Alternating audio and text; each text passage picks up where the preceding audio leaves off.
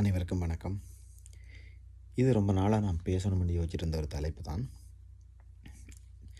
சீமான் அண்ணா தமிழ் தேசியம் ரொம்ப தமிழை பற்றி ரொம்ப அழகாக பேசுவார். அதனால எனக்கு ரொம்ப பிடிக்கும். அவரை பற்றி நிறைய நாளாகவே ரொம்ப பிடிக்கும். அடுத்தது விஜய் அண்ணா. ஏதோ விதத்தில் அவரோட தீவிர ரசிகன் எல்லாம் கிடையாது. பட் ஏதோ ஒரு விதத்தில் அவரோட பண்பு, அவரோட அந்த தன்னடக்கம் எல்லாமே நிறைய விஷயங்கள் ஏதோ ஒரு விதத்தில் அவர் ரொம்ப பிடிக்கும். அந்த பார்த்தாலே ஒரு ஒரு அவரை பிடிக்கிற ஒரு ஒரு ஒரு ஒரு கேரக்டர் தான் அவர். அதுவும் இன்னொரு ரீசன். ஸோ இந்த 2 பேரை பற்றியும் எடுத்து நிறையவே பேசணும். இப்போ கிட்டடியில் நிறைய பேட்டிகள் எல்லாம் மாறி மாறி 2 பேரை பற்றியும் 2 கட்சியினர் மாறி மாறி சண்டை பிடிக்கிறதுகள் இந்த பேசுகிறதுல பற்றியெல்லாம் நிறைய பார்த்து கொண்டு வரேன். ஸோ அதை வச்சு கொண்டு ஒரு பேசணும் மட்டும் யோசிச்சேன் நான். ஏன்னா முதலாக நல்லா ஞாபகம் இருக்குது. சீமானா விஜய் இதுக்கு வாரத்துக்கு முன்னாடி கட்சி ஆரம்பிக்கிறதுக்கு முன்னாடி கிட்டத்தட்ட இப்போ ரஜினி அவங்களெல்லாமே தொடங்கின டைமில் நிறைய விமர்சித்த டைமில் விஜய் தமிழில் அவர் தம்பி வந்தானான்னு அவரை ஆதரிப்பேன் இப்படிலாம் நிறைய பேசினார். நிறைய சப்போர்ட் பண்ணியிருந்தார் நடத்து. ஸோ ஏதோ ஒரு இடத்துல நடத்து அவருக்கு ஸ்டாண்ட் பண்ணுற 2 கேட்டகரியில் நிற்கும்போது அது பிரித்து பார்க்குறது நான் அந்த இதுகளில் சொல்ல வரையில்லை. ஏதோ ஒரு இடத்துல நடத்து அது ஒரு நல்லா இருந்துச்சு நடத்து. இப்போ அதுக்கு பிறகு அவர் தன்னோட தமிழக வெற்றி கழகத்தை பற்றி அறிவித்த பிறகு அது சம்பந்தமான அடுத்தடுத்த கட்டமான அவங்களோட நபர்கள் மேற்கொள்ளப்படும் போது நடத்து கடுமையாக எதிர்த்தார். அவங்களோட கொள்கைகளை பற்றி இதுகள் எல்லாமே நிறைய விஷயங்கள் இருக்குது. வந்துன்னா 2 பேரோட கொள்கையிலையுமே நிறைய டிஃப்ரெண்ட் இருக்குது. நாம் தமிழரை பொறுத்தவரையில் தமிழ் தேசியம் அந்த கேட்டகரியில் மட்டும்தான், தமிழ் தேசியம் மட்டும். ஸோ தமிழக வெற்றி கழகத்தை பொறுத்தவரையில் திராவிடமும் தமிழ் தேசியமும் இரு கண்கள் என்ற கேட்டகரியில் அவங்க நிற்கிறாங்க. இவரை பொறுத்தவரையில் பெரியாரை பிடிக்காது, அவரை பொறுத்தவரையில் பெரியாரும் தன்னை பொறுத்தவரையில் ஒரு வழிகாட்டி என்ற கேட்டகரியில் நிறைய விஷயங்கள் அவங்களுக்குள்ள கொள்கையில் நிறைய மாறுபாடு இருக்குது.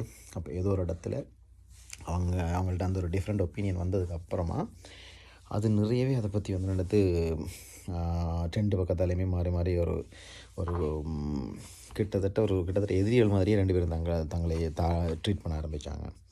ஆனால் ஒட்டுமொத்தத்தில் 2 பேருமே சொல்கிற ஒரே விஷயம் இந்த பழைய திராவிட கட்சிகள் தான் தங்களோட எதிரிகள்னு சொல்லிட்டு. ஸோ அவங்க ஒன்றாண்டு களமாட வேண்டிய ஒரு இடத்துல 2 பேருமே தேவையில்லாம வார்த்தையை விடுறாங்களோன்றது தான் என்னோட அபிப்பிராயம்.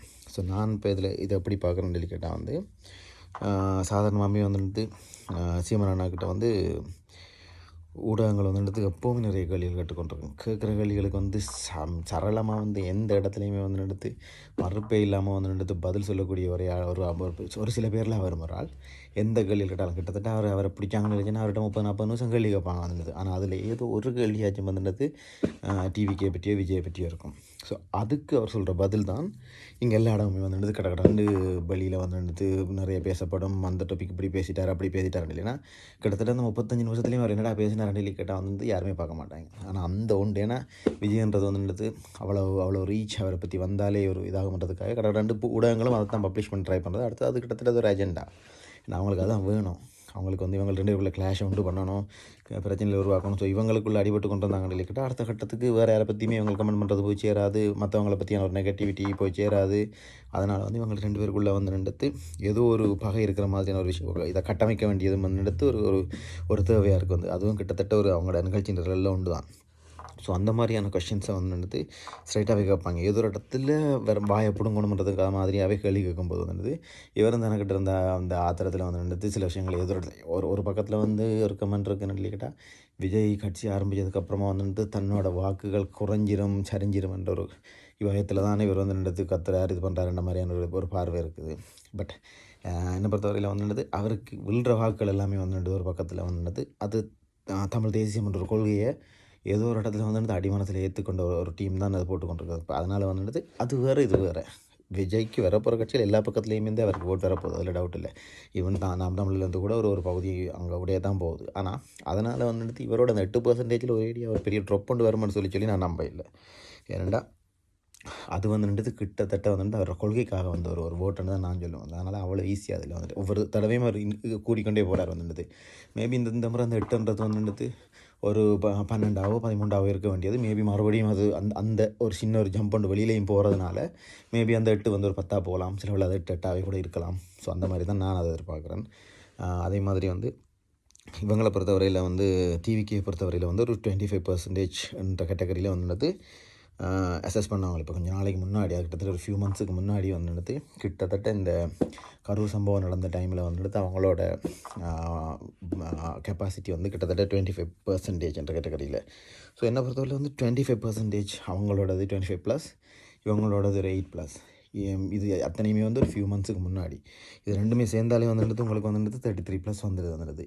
இது அத்தனையுமே வந்துட்டு செங்கோட்டையன் வந்து விஜயோட ஜாயின் பண்ணுறதுக்கு முன்னாடி. இப்போ செங்கோட்டையன் வந்ததுனால வந்துட்டு அதுலேயே அந்த அந்த மாவட்டங்களில் வந்துட்டு பெரிய ஒரு கணிசமான ஒரு வாக்கு இந்த இடத்துல வந்துட்டு பெருசாக ஜம்ப் ஆகிறதுக்கு வாய்ப்பு இருக்குது. நிறைய அதிமுக வாக்குகள் இன்னும் அதிகமாக உடஞ்சி இந்த பக்கம் சேரத்துக்கு வாய்ப்பு இருக்குது. ஸோ ஓவராலாக பார்த்தா வந்துட்டு இன்னும் அவங்களோட வாக்குகள் கூடிக்கொண்டு தான் இருக்க போதும். அதோட இப்போ பிப்ரவரிக்கு அப்புறமா வந்துட்டு யார் வேணாலும் உள்ளுக்குள்ளே திரும்பி மறுபடியும் இன்னும் உள்ளுக்குள்ளே சேரலாமன்ற கட்டத்தில் இருக்கும்போது வந்து டிவிக்கோட ஆதரவு இன்னும் பல வெறி கொண்டு தான் போகுது வந்துட்டு. ஸோ அப்படி பார்க்கும்போது இவங்க 2 பேருமே வந்துட்டு ஒரு இடத்துல ஒரு கூட்டம் இப்போ பொது எதிரி திராவிட கட்சிகள் என்ற கட்டத்தில் இருக்கும்போது வந்துட்டு அவங்கள 2 பேரையும் ஓரங்கட்டி புதுசாக ஒரு 2 பிளேயர்ஸ் உள்ளுக்குள்ளே வர்றதுக்குரிய ஒரே சந்தர்ப்பமாக நான் இதை பார்க்குறப்ப இவங்க 2 பேருமே ஒரு கூட்டணி அமைச்சு முதலாவதாக வந்துட்டு ஒரு ஆட்சி அமைச்சிட்டு உள்ளுக்குள்ளே வந்துட்டு 100% ஒரு 40+ வந்துடும். போக பார்த்தா 2 பேரும் சேர்ந்தாங்கனாலே 40+ சாலிட். அப்போ ஆல்மோஸ்ட் எல்லாமே வந்துட்டு சூப்பராக வின் பண்ணிட்டு போகலாம். வந்து வின் பண்ணி ஒரு ஒரு ஆட்சி அமைச்சு ஒரு கட்டமைப்பு ஏதோ ஒரு பக்கத்தில் வந்துட்டு உருவாக்கி கொண்டு போனதுக்கப்புறமா 2 பேருடையுமே அது அவங்களோட சீட் நெகோசியேஷன் அது எல்லாமே வந்து வேறு லெவல். நான் 2 பேருக்குமே ஒரு ஆள் விட்டு கொடுக்க மாட்டானே. இதில் கொள்கைகளில் யார்கிட்டையுமே உடன்பட போகிறது இல்லைன்றது வேறு விஷயம், இருந்துட்டு போட்டோம். ஆனால் பொது எதிரியை நம்ம பார்க்கும்போது வந்து இவங்க 2 பேருமே ஒரு பக்கத்தால் சேர்ந்து 2 பேருமே களம் ஆடினா ஒரு பக்கத்தில் நிறைய அந்த இந்த இந்த ஒட்டுமொத்தமாக எதிர்பார்க்குற ஒரு அரசாங்கத்தையே மாற்றி அமைச்சு செய்கிற விஷயத்தில் வந்துட்டு 2 பேருமே சில விஷயங்களில் வந்துட்டு விட்டு கொடுப்புகளை மேற்கொண்டால் கண்டிப்பாக செய்யலாம். அதை கரெக்டாக செஞ்சு முடிச்சுட்டாங்கன்னு சொல்லிச்சுன்னா அழகான ஒரு ஒரு ஒரு ஒரு ஒரு ஒரு கட்டமைப்பு ஒன்று உருவாக்கி இந்த அடுத்த 5 வருஷத்துக்கு வந்துட்டு தமிழ்நாட்டில் என்ன செய்யணும்னு யோசிச்சாங்களோ வந்து ஏதோ ஒரு பெர்சன்டேஜ் கூட செய்யலாம். வந்து அதுக்கு பிறகு இவங்களுக்குள்ள இருக்கிற அந்த வேற்றுமைகளை வச்சு கொண்டு வந்துட்டு அடுத்தடுத்த தேர்தலில் வேணால் இவங்க 2 பேருமே வந்துட்டு கிட்டத்தட்ட ஒரு பெருங்கட்சியாக உருவெடுத்துருவாங்க. அதோட அதுக்கப்புறமா வந்து திராவிடமாக தமிழ் தேசியமாக இல்லை